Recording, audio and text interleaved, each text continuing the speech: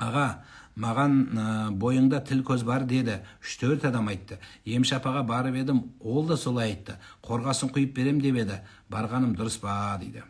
Қорғасын құйып, қорғасын шашырап, денеңді күйдіріп, бітшін шығарып, бір бәлеге қаласың. Ең дұрысы, Құрандағы Фалақ, Нас деген 2 сүре бар. Соны оқи берсең, қорғасын да керек жоқ, емші бабка да керек жоқ, емші тетка да керек жоқ, ешкім керек жоқ. Соны Құдайға саласын, четкаға саласын, ұра бересің болды. Жаңа айтты ғой, тәспіге салда, Субханалла деп айтып алды, соң құл хуалла, құл ауыз би раббил фалақ, одан кейін құл ауыз би раббил нас. Оқи берсең, көзді тимейді саған, ештеңе тимейді. Шайтанның өзі қашып кететін болады сені көрген кезде. Күйеу жұмыс істемейді, мен жұмыс істеймін. Бір жұмысқа деген әрекеті жоқ. Неше түрлі сылтау айтады. Шаршадым, не істесем болады дейді. Кішкене шыдай тұр. Динара сәл шыдай тұр. Оралдың қызы сәл сабыр ете тұр. Еркекте сондай болады. Күзде сондай болып қалады. Құстар ұшып келеді, құстар ұшып кетеді. Сол кезде кішкене анемия болады, авитаминоз болады байқұстарда. Жаңағы бір нәрселер ауысады, бір нәрселер келеді, бір инстаграмда бір бәлелер көріп алады, депрессия болады, оларда да сөйтеді. Сондықтан еркекті аңдыма. Кейде солай болады. Ол жата бермейді. Жан басы ауырады, простатит болады, үйден шығады бәрібір. Цистит болады, крайний случай, тиіспе оған. Асықпа жан. Мешітте кофе аппарат сатуға бола ма? Бұда тұрған ештеңе жоқ. Мешіт сенен сатып атқан жоқ, ол 25 теңгеден алсаң ал, алмасаң қой, кете бер, болды да қалды. Сен өзің жан-жаққа қарай бересің да. Сен қарама. Сен прямой қарасаң жақсы болады. Пайғамбар саллаллаху әйелі Хафсанан сұрайды екен, мешітте кімді көрдіңіз дегенде, мешітте ешкімді көрмедік деп әкесіне айтар екен. Қалай, мешітте адам жоқ па дегенде, жоқ, мен Құдайға барған кезде Құдайдың алдында тұрғанымды ойлағанда қасыма қарамадым депті ғой. Кофе аппарат тұр ма, Марат тұр ма, Сұлтан тұр ма, какая разница? Сен Құдайға бар. Сен Құдай үшін бар. Біреу айтады, мешітке молда ұнамайды маған, мешітке барайын десе. Молда не істейсің сен? Молдамен сүйіспейсің ғой сен. Сондықтан тұрда намазыңды оқы да кете бер, болды. Жан-жаққа қарама. Сонда жақсы болады. Біз жан-жақ қарап, ананы сынап, ананы мінеп, ананы түйсіп, Назарбаев Тоқаевқа тиісіп, өкіметке тиісіп, АЕСке тиісіп, жынды болатын болдық. Өзі қарап асыңды реттеп алсашы, семьяңды, бала-шағаңды, өзіңді, тісіңді дұрыстап жумайды. Өткенде біреу АЕС туралы сөйлеп жатыр, мен отырып бетіне қарасам тісін жумаған. Тісі сап-сары кір-кір. Тісің жусашы, сорлау, сен АЕС не теңі өзі. Тісіңді жуып алсаң жақсы болады. Тісіңді жуып, аузыңнан сасық иіс шықпасын, мұрныңдағы жүндерді жұл хотя бы, құлағының жүндерін жұлсашы, не қыласың өзі. Әр нәрсе өзі адам тең-теңімен, тезек қабымен дегенде өзіңе қарасай бір. Айтатын адамның өзі теңелмегендерін сөзі теңеледі дейді қазақта. Бүйтіп кішкене қараған дұрыс болады да. Тырнағың өсіп кеткен күс-күс болып, кішкене өзіңе қарап сөйтіп жарасады да сонда кез айтсаң. Жағаңның кірін қара кішкене, сонда өзің бір дұрыс болады. Айтатын өзінің орны болады да айтатын адамның. Алтын сақина көрсең, күйеуге шығасың деп есептей бер. Аяғым ауыр, қатты ашуланшақ болып жүрмін, енеммен көп ұрсып қаламын, баланың көзінше ұрыс шығардады дейді. Аяғың ауыр екен, аяғы ауыр адам солай болады, мінез өзгереді, біреумен тиісіп, біреумен жұлысқысы келеді. Енді сол разборканы расын-расты енеңмен шығарма, күйеуіңмен жаса. Спальныйды түнде. Сондықтан күйеу ең жақсы, 2:30-да бастасаң жақсы болады. Тыныш болады, бәрі ұйықтап қалады, ешкім естімейді. Сондықтан шымшып алсаң да болады. Ал енді енеңмен ұрыспа жаным. Ертең сол енеңмен өмір сүресің алтыным. Күйеу түсінеді сені. Күйеу түсінеді. Алдыңғы күйеумен неке қидырдық. ЗАГСтан ажырастық, бірақ талақ айтқызбаппын. Енді қазір күйеумен неке қидырайын десем, талақ болмағасын сен әлі дей береді дейді. Жоқ, талақ болғасын, сот талақ бергеннен кейін, сот развод бергеннен кейін талақ болады. Сот бұзғаннан кейін талақ бұзылады. Қосымша айтса айтады, айтпаса айтпай қойсын. Оған барып алып, ол қайта қимайым деп сені қайта қосылып алып сұмдық қойып кетіп жүрмеңдер. Намазды тек Фатиха мен Ихлас Нас сүрелерін оқысам бола ма? Бастай бер жаным, дұрыс. Күйеуімнің көңіліне тиіп қалдым, ұзақ кешірім сұрадым, молчанияда жүр. Не істесем? Ойыңа келген істе. Түнде көңілін тап, жақсылап тұрып. Көңілін тап күйеуіңнің. Пайғамбар саллаллаху алейхи бір күні қызының үйіне кірсе, қызы жылап отыр екен. Не болды десе, күйеуімді ренжітіп алдым депті. Күйеуім ренжіп қалды маған деген екен. Сонда пайғамбар қызына айтқан екен, сенің күйеуің саған риза болмаса, саған жаназа оқылмайды деді. Әйелдің парқы, еркектің дәрежесі үйдегі әйелдің құрметімен өлшенеді. Егер еркек үйге кірген кезде әйел орнынан тұрса, отағасы келіп, еркектің авторитетінің барын көрсетеді. Әйелдің санасының, жүрегінде иманының барын көрсетеді жаным. Сондықтан құрметті алтыным.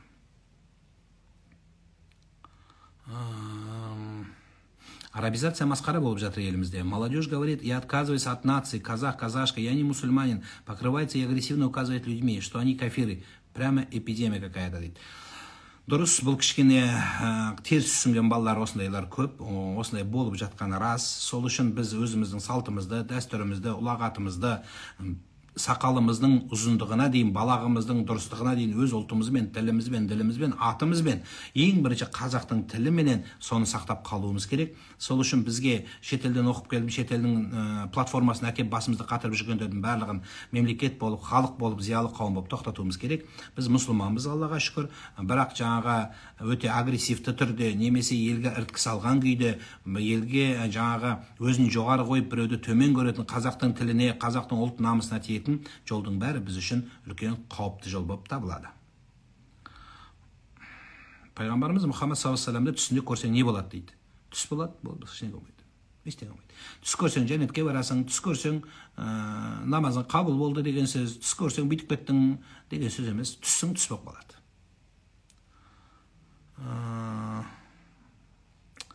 Әкесі балалардың көзінше әйелін ұрып, ұрыс шығарса, қатты дауыс көтеріп, баланы шошытып жатса, не істеу керек?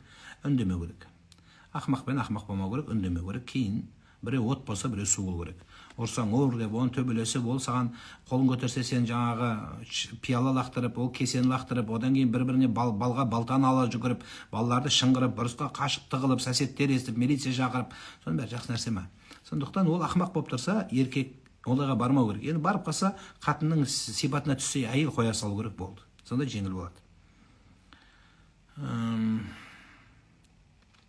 Аға, мен Құранды түсімде судай жаттаймын, қырағатпен оқимын, но реальности білмеймін, сол туралыққа келіп жатқаның деп түсініңіз. Эко жасату күнә болып саналама. Эконың шариғат берген, рұқсат берген шеңбері бар. Әйел адамның денсаулығы көтермесе, еркек адамның денсаулығы көтермесе, эко арқылы екі некелі адамдардың, то есть күйеуі мен әйелінің қолдан ұрықтандыру арқылы өз әйелдің, некедегі әйелінің жатырына ұрық салып беру шариғатта рұқсат беріледі. Бұған проблема жоқ. Тек қана дінімізде тыйым салады суррогаттық ана және банк спермы. Соған жүгіну арам болып табылады. Намаз оқып бастап еді, азон дұғасын Раббананы айтып жүрім бола ма? Қағазға қарап оқы. Әміржан,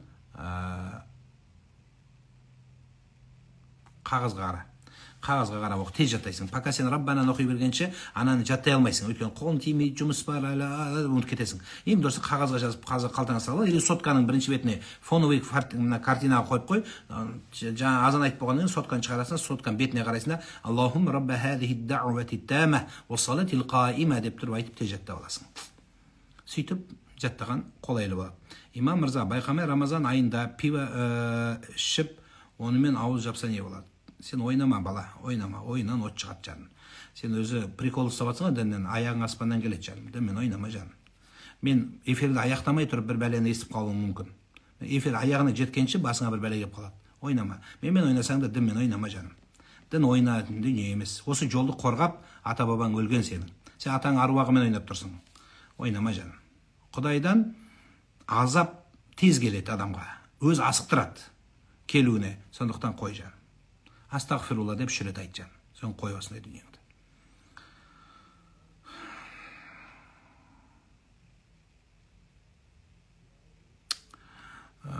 Суррогаттықпен балалы болып жатқандар не болды сонда? Тәубе ету керек, бұны қою керек. Бұрынғы күйеуім қарыз бермей кетсе, қарызын бермей кетсе не істеймін? Дәлелім жоқ, жұмысына іздеп барсам ба, әлде шешем жоқ, ақыл сұрайтын дейді, әке шешем жоқ дейді. Бұрынғы күйеу қарыз бермей кетсе дейді. Өз кеттің ба сол күйеуден? Кетсеші енді. Не қыласың енді? Қайта қосылатын ойың бар ма?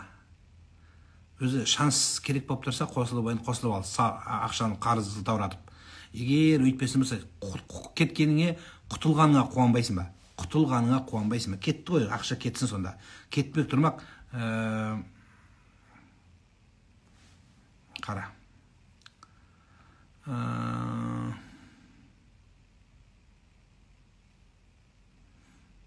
Таң намазға ұйықтап қалай берейін, қандай жеңілдігі бар дейді. Құранда 2-3 аят бар, соны оқыңыз, одан кейін ертерек жатыңыз, тәубе етіңіз, будильник қойыңыз, әйтеуір амалын табыңыз.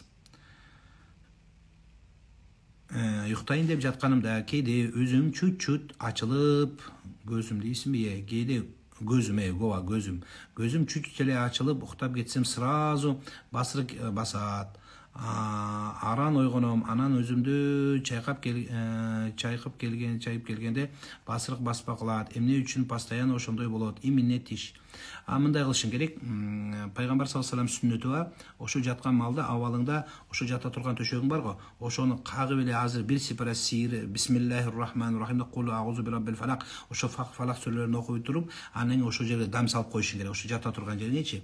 Анан кийин карап көргүнүң. Тиги жаткан жериңде сүрөт, анан кийин статуэтка, ошондой бир буттардын сүрөтү тураты болгон болсо, расмий хайкалы дейт го. Ошо хайкалы тура турган болсо, анын бастырык басат 2. Андан кийин жата турган абалыңда эки мал даратпен уктасаң абдан эле сонун болот. Эки баш намаз окуп алың. Андан кийин аятул күрсү, фалак наш сүрөнү окусаң абдан сонун болот. Андан кийин оң тарапыңа жатып, эми дагы бир эле маселе, тиги бутуңду бутчу, ошо бутпен кыбла тарапын терип жаткан жок белең, ошондо эле карап коюң. Өзөксүлө дейт, казакмын.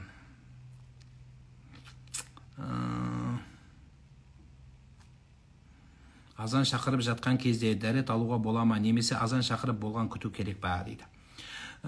Негизи туалеттин ичинде отурсаң, азан шакырганда шыккан жакшы. Эгер сен билсең, расчет, казыр азан айтады дегенде туалетке кирмей тура тур дейт. Өйткөнү азандын сондай касиети бар.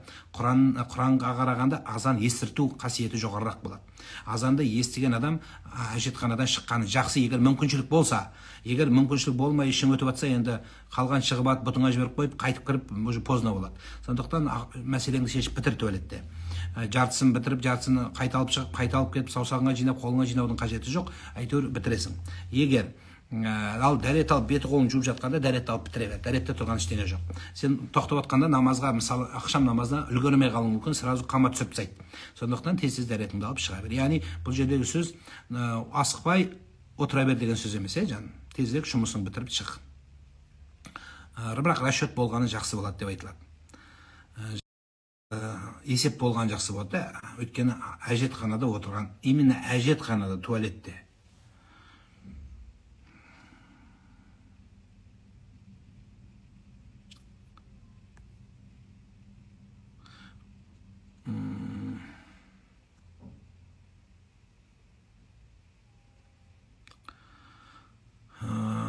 Рахмат жолуңуз үчүн дейт. Чоң рахым, Аллахым сизден разы болсун, баардыгыңыздан. Чоң рахмат. Сизден деген сиз деген бир эле мен. Бизден деп сүйлөгүлө. Баардыгы ушинтип сүйлөйт.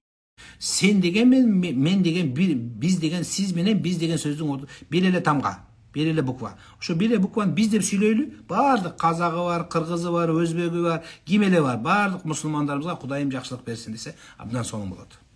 Куптан окуганда кунут дугасын окуу маңыздымы? Куптан да окулмайт, ол өтөр намазында окулат. Өтөр намазында окулуу міндетті болуп табылат. Неге? Өйткөнү өтөр намазында окулуу керек болот, важип болот. Окулмай калса не болот? Намаз бил караха кемсиздикпен өтөдү. Окуу керек. Ассаламу алейкум. Казыр айыл устаздар желиде көбөйдү. Айыл жамаатын жинап, башка калдарга махрамсыз экскурсия жасауга дурус па? Айыл устаздардын көптүн алдында чыгып вагыз айтканы дурус па? Негизи дурус нерсе эмес, сиз айтканыңыз рас. Вагыз айтатын айыл кишилер бетин көрсөтпөй айтуу керек. Мен интернетте бир экөөнү билем, кийим саткычтар өздөрү бийлеп күйөө менен интернет салып коет.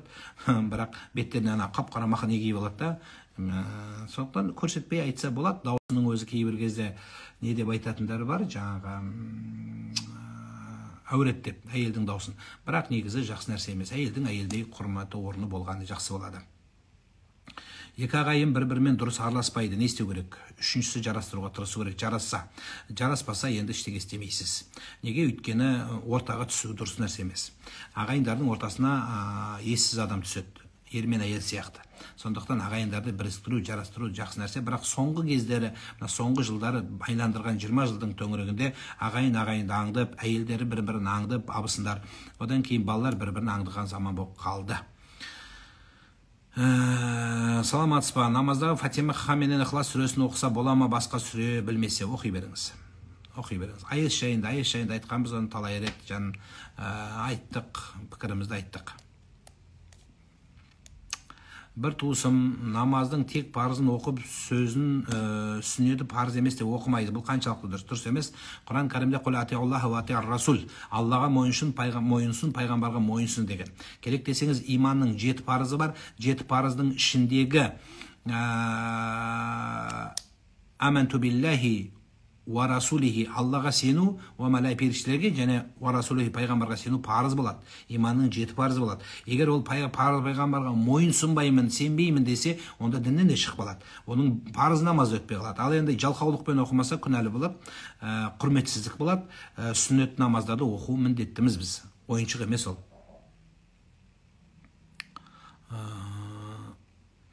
Аға, өзімді жаман сезініп кеттім. Бір адамға ашуланып қатты сөйлеп қойдым. Жаман сезініп кеттім. Алла кешіре ме дейді. Сол адам бірінші кешіру керек. Кімге қатты сөйледің, сол кешірсе Алла кешір. Сен Алладан сұрағаның өтпейді. Неге? Өйткені сен біреуін ренжіттің ғой. Ортада потерпевший бар. Біреуге қиянат жасадың.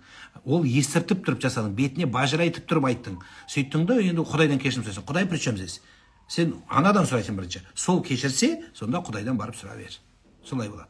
Алланың тікелей өзіне хас дүниелері бар. Мысалы, намаз оқымадың. Алладан басқа бір жерде ешкімнің қатысы жоқ. Не әкеңнің, не шешеңнің, не балаңның, не сәсетіңнің ешкімнің қатысы жоқ. Оны Алланың өзінен сұрайсың. Я Алла, мен қателік қылдым, мені кешір дейсің, қазасын өтейсің.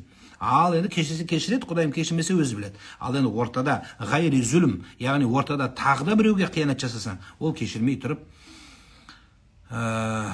кеткен дұрыс емес. Умра қажылық бағасы қанша болып жатыр? Умра қажылықтың бағасы әрқандай пакеттері бар, қымбат пакет бар, арзан пакет бар. 2211 деген колл-центр бар, соған хабарласыңыз. Аға, подружкам женатикпен жүреді. Жігітке некеге тұрайық деп отыр дейді. Жігіт некеге тұрайық. Подругам женатик, жігіт некеге тұрайық деп жатыр. Әйеліңе айтпайтын сияқты, қалай жасаған дұрыс? Тып-тыныш жүре берсең. Сен вообще араласпа. Подругаң өміріне де араласпайды, бірақ дұрыс емес олдай. Мысалы, сен подругаңды айт, қара, сенің күйеуіңді албаса не болады? Күйеуің айтпай, екеуі үйленіп алса. Қалай болады сен подружкаң? Ондайлар көп. Сондықтан ол дұрыс нәрсе емес әлбетте. Қайын әпкем күйеуімен сағат сайын сөйлеседі. Қайын әпкем күйеуімен. Күйеуім үйде болған бәрін айта береді, ортамызға талай түсті. Не істеймін? Қайын әпкем күйеуімен. Күйеуімен, сенің өз бауырымен сөйлеседі. Ортаға түспей қой. Енді болады сондай адамдар, кішкене бауыршылығын көрсетіп, мен бауырым үшін өлем, бауыр үшін өйтем, талба соның бәрі. Талай бауырлардың, атаң қазақ бауырдың формуласын берген. Бірге тумақ бар дейді, бірге жүрмек жоқ дейді. Сондықтан айналайын, ол әшейін анау мен бауырым үшін бүйтем деп қыздарға қатысты бауырмашыл болып өздерін көрсеткісі. Сенің бауырыңа істеген жақсылығың соның семьясын бұзбағаның. Сенің бауырыңа істеген жақсылығың соның бауырының балаларын оқытып ақша беріп тұр. Істегенің жақсылығың сол. Сенің бауырыңа істеген жақсылығың сол, оның семьясына араласпағаның, ақыл үйретпегенің. Сондықтан ол ешкім ақымақ емес. Сондықтан өзі келсе де семьяңа ие бол, бала шағаңа ие бол деп айтқан ең жақсы сөйлесетін ақылыңыз сол болады. Ассалаумағалейкум. Орыстардың жасаған сиқырын орыстар ғана шеше ме? Жоқ, ондай сөз. Күйеуің сенің туыстарыңа жамандай, өзі белый пушистый болса, оған қандай шара қолдануға болады? Күйеуің өзі пушистый болып жүре берсін, сөйтіп жақсы болады. Күйеуің сенің күнәңді көтеріп, біраз сөйтіп қалады, кішкене тазарып қаласың, жеңілдеп қаласың, қайтесің. Енді оның ақымақтық, өзінің қойындағы жарын жамандаған еркек, ол сорлы еркек. Ол Құдай сорлық болған сондай. Ол өзінің әйелін сыртқа жамандаған адам өз сонымен жатады дағы. Сонымен тұрады, сонымен пісіріп берген тамағын жейді, шайын бірге ішеді. Сөйтеді, бауырларына, туыстарына, әпкелеріне барып өзі жамандаса, оның сорлық бишаралығы. Сондықтан сен ондай болма, сіз үндемей қалғарай өмірін сүре бер, Құдай сана берсін. Диванға дегенде диванға деп жазылады, иә? Диванға ұзын ине дақ болып қалған табылды. Үйде не істеу керек? Мусорға лақтырып жіберу керек болды. Реинкарнация деген дұрыс па? Дұрыс емес. Реинкарнация исламда жоқ дүние. Біреудің рухы біреуге кірмейді. Бүгін жұма намазды үйде қай уақытта дұрыс? Жұма намазды үйде. Жұма намаз үйде оқылмайды. Жұма намаздың уақытысында бесін намаздың өзі оқылса да азан, қамат айтылмайды. Мысалы, бір себеппен мешітке бара алмадыңыз, ешқандай басқа жерде жұма оқылмайды. Жұма оқылмағаннан кейін бесін намаз оқылады. Бесін намаздың жүзіне азан айтпайсыз, қамат айтпайсыз, және жамағатпен жұманың уақытында да оқи алмайсыз. Өйткені жұма сонда үлкен дәрежелі дүние.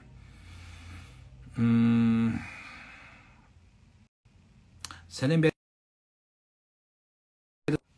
Жолдасым ойын ойнайды, ақша тігіп қалай қояр екен. Осы жерде аккаунтта менде видео бар, көріп шығыңыз. Қызым жай намазға сиіп қойды. Жуып қайтадан сол намазға намаз оқуға бола ма? Болады. Киімге де сиіп қойса, киімді де оқып жатсыз ғой. Ештеңе етпейді, бола береді. Жақсылап жуып қойыңыз, стиральный машинамен таза болады иншалла. Күйеуің сенің шешең неге келе береді деп шу шығарады. 80-ге келген анаммен неге алысасың деп мен шығамын дейді. Бәрібір түбінде жеңіліп қаласың. Сен шығып, расына шығып, екеуің рингқа шығып, 80-ге келген мамаң ортада рефери болып, екеуіңді ажыратып жүрген жақсы емес. Енді шын мәнінде келгенде тұрған ештеңе жоқ. Бірақ соны келтіретін сенің жақсылығың болады. Анасын төрге шығаратын қыздың өркөкіректігі емес. Қыз келін өзінің анасын күйеуінің үйіне, яғни өзінің үйіне төрге шығаруы әйелдің өркөкіректігінен шықпайды, әйелдің даналығымен, қызметімен, ақылдылығымен, ұлылығымен шығады. Мамаңды төрге шығарғың келе ме үйде? Онда ісіңмен шығар, адалдығыңмен шығар, қулығыңмен емес, адалдығыңмен, адамдығыңмен шығарасың жан. Сонда ғана сенің анаңның төрде отырғанда, төрге отырып қою авторитет емес. Ол кеткеннен қырылысып төбелескен шешенің жүрегі қысылады. Отыр, жоқ. Күйеу бала өзі шығаратын халге жеткізу керек. Оны жеткізетін сенің даналығың болады. Сенің қиқарлығың емес. Соның ортасына ажыратып ал. Қиқарлық деген не? Қырсықтық деген не? Және адалдық деген не? Шынайылық деген не? Сіңілім 10 жыл болды. Қазақи аурумен ауырып қалды. Сізге әкелсем деген ниет бар бола ма дейді. Болады, бірақ мен көбінесе сапарда болам, көре алмай қалуыңыз мүмкін. Сол үшін келісіп келгеніңіз жақсырақ болады. Татуировка салдырсам бола ма? Арам болады, мұсылман адам татуировка салмайды. Пайғамбар саллаллаху алейхи вассалам татуировка салғанды да, татуировка қойғанға да қарғыс оқыған. Отағасын жақсы көремін, құрмет тұтамын, бірақ ол кісі ренжісем, ажырасу туралы ол миымнан, бірақ сәл ренжісем, ажырасу туралы миымнан шықпай қояды, шайтан салады. Бұндай кезде ағуду биллахи минаш шайтанир раджим десе жетеді. Әйел адам үйде Құран оқыса бола ма? Жақсы болады, супер болады. Отасқанымызға 7 жыл болды. Мақыр әлі алынған, алқа сұрағам, әлі әперіп бермеді. Енді мақырды алтын жүзікке өзгертуге болады ма дейді. Жаңылжан, айналайын, сол мақырды кешіресаш. Кешірдім жаным де, сол бір махаббатына, бір қуанышына, бір перзентіңе, бір болашағына кешірдім, мақыр сұрайым деп қазір басыңа бақыр киіліп қалып жүрмесін, шелек киіліп. Сондықтан қой алтыным. Керек жоқ. Ана қазақта бақыр деген бір жерде алтын бар дейді, барып қарасаң бақыр да жоқ деген сөз бар. Сол бақыр деген түрік тектес халықтың сөзі. Бұл түрік деген тектес бақыр деген сөз мет деген сөз. Мысты бақыр деп айтады. Сол бақыр жоқ деген мыстан болған, мыста жоқ деген сөз содан шығады. Сондықтан басыңа алтын тәж сұрайым деп жүріп, басыңдағы күйеу деген тәжді бұзып алма жаным. Не қыласың? Кешірдім жаным, и так жақсы күйеу, Каспий сенде енді паролін берген жоқ телефонның. Басқасын бәрін алып алдың ғой енді. Скоро жанын аласың. Қалтырап дірілдеп қалатын болады. Асықпа. Соны енді саған кешірейін бе, кешірмейін бе деп, соны бычық кетіп жүрмесін жаным. Қой. Сәлеметсіз бе, намаз оқымасам да мешітке барып оқысапши бола ма дейді, түсінбедім. Енем мені білмейді, енем есім білмейді, кәрілігі жеңген. Жуындырғанда, әжетханаға апарғанда тыңдамайды, мен ашуланып айғайлап қоям, ұрсып, бірақ Алладан қорқам. Күнәһар болып қалуым керек. Болады сондай кезде, бірақ жаңаға түбінде зілмен ұрыспа. Ана кішкене былай тыныш отырыңыз деген сияқты бүйтіп. Мысалы, балаға да ұрсу арам болып қалады, онда балаға да ей деп так болу керек. Егер тактагың тыңдаса, тактагың тыңдамаса ұрып, мыжып, баяғыда қан бішіп едің атаңа нәлет деп басына солып қалма. Бүйтіп қой, тыныш отыр деп, тыныш тұрыңыз деп айтсаң болады. Өйткені алжыған адам, есейген адам үлкен көмекке мұқтаж болып қалады. Осы ораны пайдаланып саған алғыс айтқым келіп отыр. Барлық енесін баққан, атасын баққан, айналайын қазақтың алтын келіндері, аман болыңыздар. Алла сіздерді қолдасын, ұрпақтарыңыз қадірлі болсын, сіздердің дәрежелеріңіз өссін, Алла сізді қолдасын, береке берсін. Енесін осылай қарап, құрметтеп, Ұлы сөздің ұяты жоқ, астын жуып тазалап берген қандай бақытты адамсыз сіз. Алла сізді бұл жолда шаршатпасын. Осылай жасаған әрбір еңбегіңіз Алланың алдында еселенген дүние, Алланың алдында қадірлі дүние.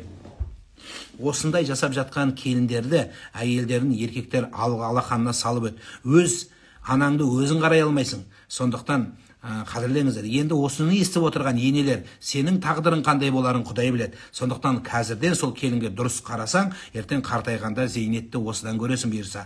Қызың кетеді ұрымға, ұлың кетеді қырымға, сол кезде күнін қарап келінге деген, сол келінің сол кезде дұрыс болса, қазірден келешекті дайындап қою керек. Келінді дұшпан қылып, түртіп, одан сыр жасырып, ұнатпай, ақылдаспай, мен өзім білем деп, өрге күректікке салған енелерге қатысты кішкене анау нелеріңізді, енді қазір тілде оны гонор дейді, жастар жақсы біледі, үлкен кісілеріне тәкаппарлығыңызды кішкене басыңыз. Алланың алдында қандай ахуал боларын Құдай біледі. Сондықтан соған жақсы сөз, жарым ырыс, үлкен берекелді дүние деген сөз болады.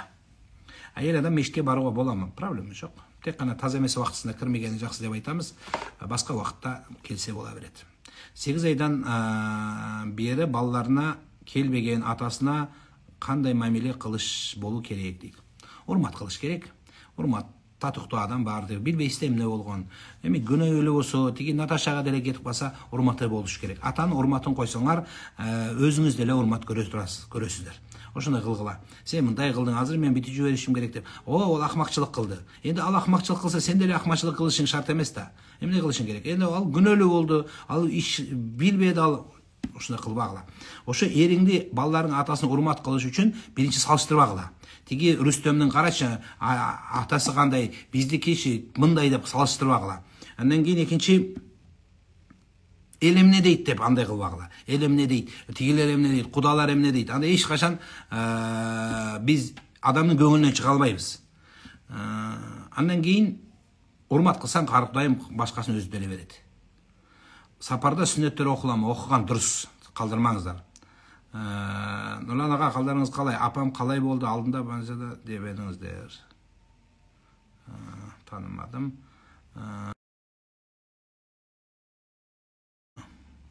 Ұстаз, осы жерде қызмет атқарамын дейді. Жақсы жерде қызмет атқарамын. Күйеуім ауылда тұрадыңыз деп қызметке жібермей отыр, не істесем болады дейді. Күйеуің айтқан істе, қызмет табылады. Жер бетінде күйеу табылмайды. Құдай бағың сенің, ерің жан. Сол еріңді қадірлеп, міне осындай жұмысты сен үшін тастадым деп, бірақ жәнін жеп, ұрысып, ең соңында ұрысып, байдана жапқап жүрме. Үндемей, іштен тынып, сенің бақытың, қуанышың, бір күнгі тапқан ақшаңа, саят сауыққа қызықпа алтыным. Сенің басыңдағы бағың да, балаларыңның әкесі сол болады бұйырса. Сенің ана қасында жыртың еткен жұмыста коллегаларыңа қызға берме жаным. Сөйт алтыным. Сол Құдай қосқан жарыңмен бақытты бол алтыным. Қазаққа қандай тіл жаттаған дұрыс? Ең бірінші ана тілін жаттау керек. Ана тілін жақсы білу керек. Содан кейін енді әлемнің тілі ағылшын тілі деп айтқан болар едім. Өйткені Америка құрама штаттары, дүниедегі ең көп мемлекеттердің барлығы, дамыған мемлекеттердің бәрі ағылшынша сөйлейді. Ағылшынша сөйлеңіздер. Орыстың тілі енді қажет емес деп айтпай қояйын, бірақ кейінгі орында тұрса болатын шығар. Аға, өмірге деген мотивациям кетті. Ештеңе қызық емес, қатыгез болып кеттім. Жан жағым өлім туралы көп ойлар келеді дейді. Бірінші сіздің кәсібіңіз керек маған, не істейтініңіз, содан қарай сізді салыстырмалы түрде сосып мотивацияңыздан алып шығуға себепші болады. Бірінші жұмысыңызға байланысты, және қоршаған ортаңыз адамыңызға байланысты. Жетханада кіргенде сол аяғымен ағузу билля деп кіріп, оң аяқпен ғұфранак деп шығуға боламы? Өзі де солай, ең қысқа дұға соны оқығанды. Бірақ кіргеннен айтпады ол. Кіргеннен, кірердің алдында айты.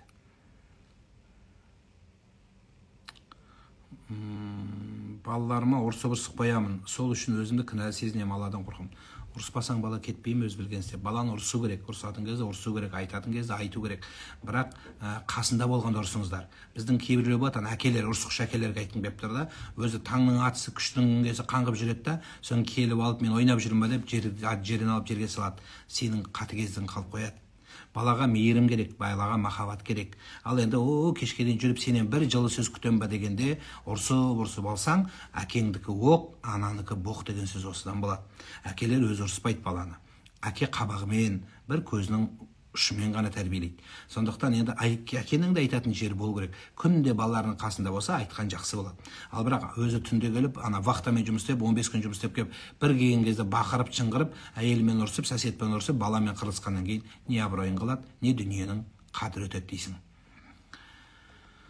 35 жыл тұрамыз. Кезінде регистрация болып неке қиған жоқпыз. Ол дұрыс емес пе? Неке қию керек пе? Дейді. Қидырыңыз жаным. Сәләфилер неге көп әйел ала береді? Жеңілге жүгіреді. Ол ала бергендігі проблема емес. Соған тие беретін қыз айтсаңызшы. Ала береді ғой. Қыз тиіп тұр да.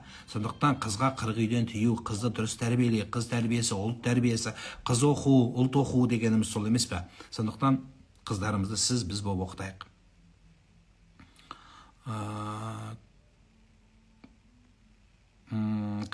Кішкене пиво ішіп едім.